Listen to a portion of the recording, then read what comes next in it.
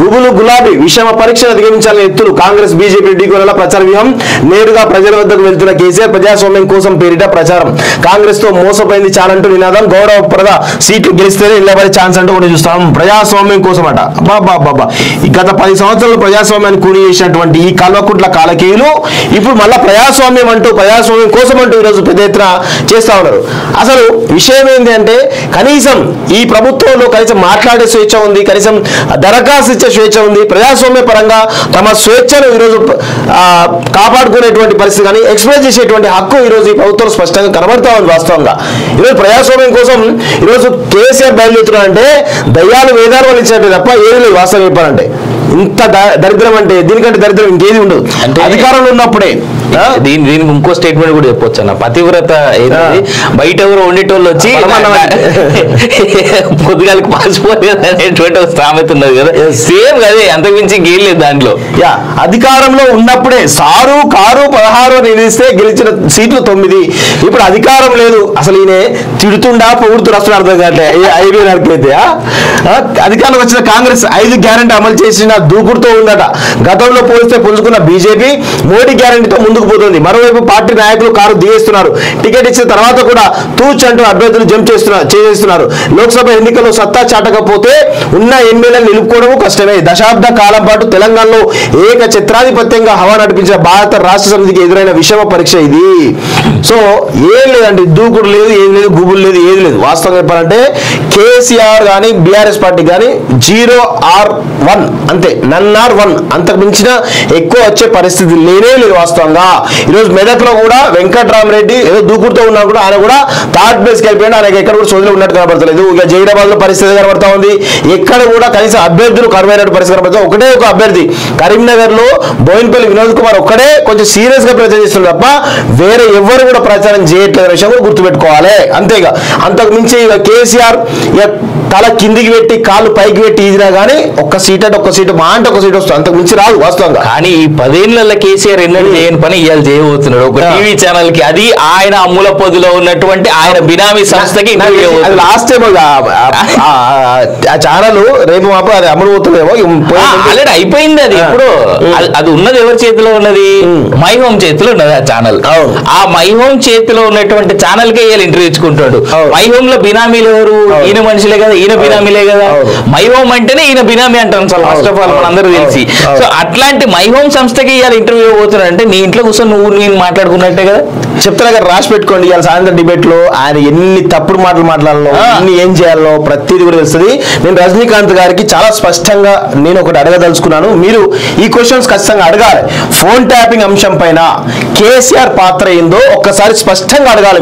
ఇందులో మీరు one sided అడగద్దు ఒక జర్నలిస్ట్ గా నిజాయితీ గల జర్నలిస్ట్ గా TV9 అనేది చాలా ప్రజలందరి పక్షం అని చెప్తా ఉంటారు కదా ఖచ్చితంగా అడగాలి ఫోన్ ట్యాపింగ్ అంశం ఏంది ధరలో అక్రమాలు ఏంది ఈరోజు గత 10 సంవత్సరాలు వీళ్ళ కుటుంబ పాలన పైన కానీ లేదంటే ఈరోజు వీళ్ళు చేసేటువంటి అక్రమాలు అరాచకాల పైన ఏ విధమైనటువంటి పరిస్థితుందో ఖచ్చితంగా అడిగి తీరాల్సినటువంటి అవసరం ఈరోజు TV9 పైన ఉంది ఖచ్చితంగా అడగాలి అనేకమైన అంశాలనే వాస్తవం చెప్పాలంటే ఈరోజు కేటీఆర్ ఏది ఈవెన్ రేస్ సంబంధించినటువంటి దాంట్లో 55 కోట్ల రూపాయలు ముందు పంపిండు ఎందుకు పంపిండు ఒకసారి అడగాలి ఈరోజు రేరా పేరు మీద జరుగుతున్న అక్రమాలు కానీ ఈరోజు పెద్ద ఎత్తున జరుగుతున్నటువంటి గతంలో 2019లో కానీ 2020లో కానీ 26 మంది 27 మంది ఎమ్మెల్యేలు జాయిన్ అయ్యారు ఇలా ఏది ఈ పార్టీలో సిఎల్పి విలన్ చేసుకున్నారు మరి అదే పరిస్థితి వీళ్ళు తీసుకొస్తా ఉన్నారు కదా దాని గురించి ఏమడగాలి ఒకవేళ కేసీఆర్ అంటారు నేను సిఎల్పి విలన్ అంటారు మరి 2014లో తలసాని శ్రీనివాస్ యాదవ్ లాంటి వాళ్ళు జాయిన్ అయ్యారు కదా అప్పుడేం టీడీఎల్పీ విలన్ కాలే కదా ఇప్పుడు ఇవన్నీ ఎందుకన్నా ఒక ఫస్ట్ స్ట్రైట్ క్వశ్చన్ నుంచి మొదలు పెడతాం అసలు బీఆర్ఎస్ పార్టీ ఆఫీస్ ఉన్నటువంటి ల్యాండ్ రాజశేఖర్ రెడ్డి నీకు ఎంత ఇచ్చిండు నువ్వు ఎంత స్పేస్ లో కట్టినావు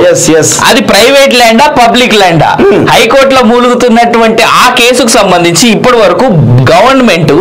నిన్నటిదాకా ఉన్నటువంటి వీళ్ళ గవర్నమెంట్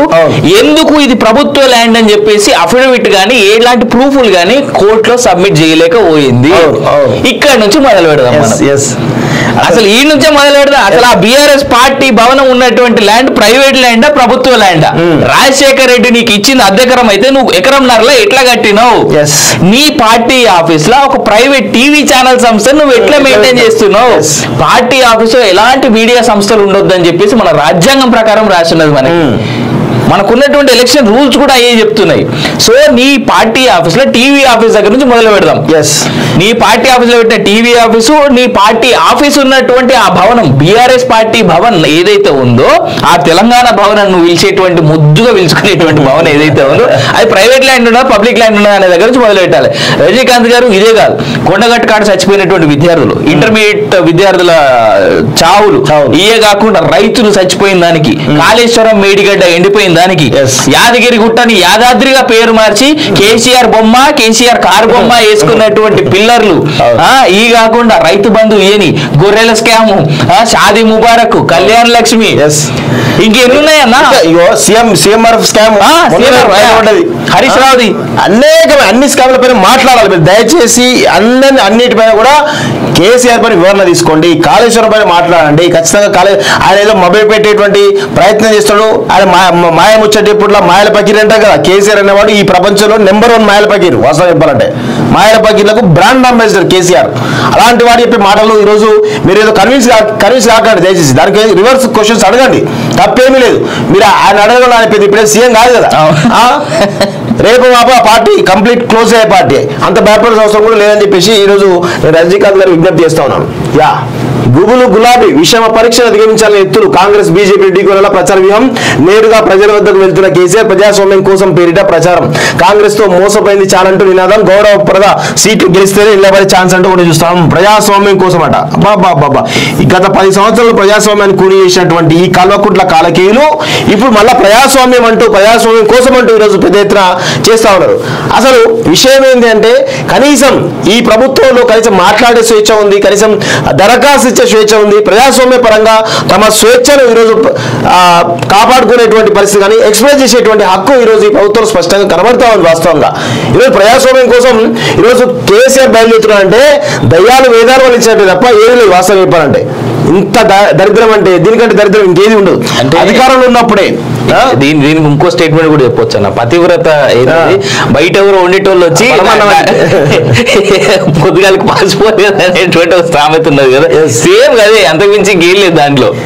అధికారంలో ఉన్నప్పుడే సారు కారు 16 నిలిస్తే గెలిచిన సీట్లు 9. ఇప్పుడు అధికారం లేదు, అసలు ఈయన తిడుతుండా పొగుడుతూ అసలు అర్థం కావట్లే. అయితే